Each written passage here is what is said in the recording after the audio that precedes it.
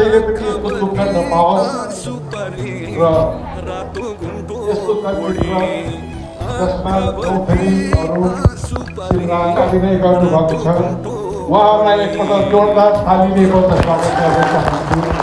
यहाँहरूलाई कस्तो लाग्यो गौथली?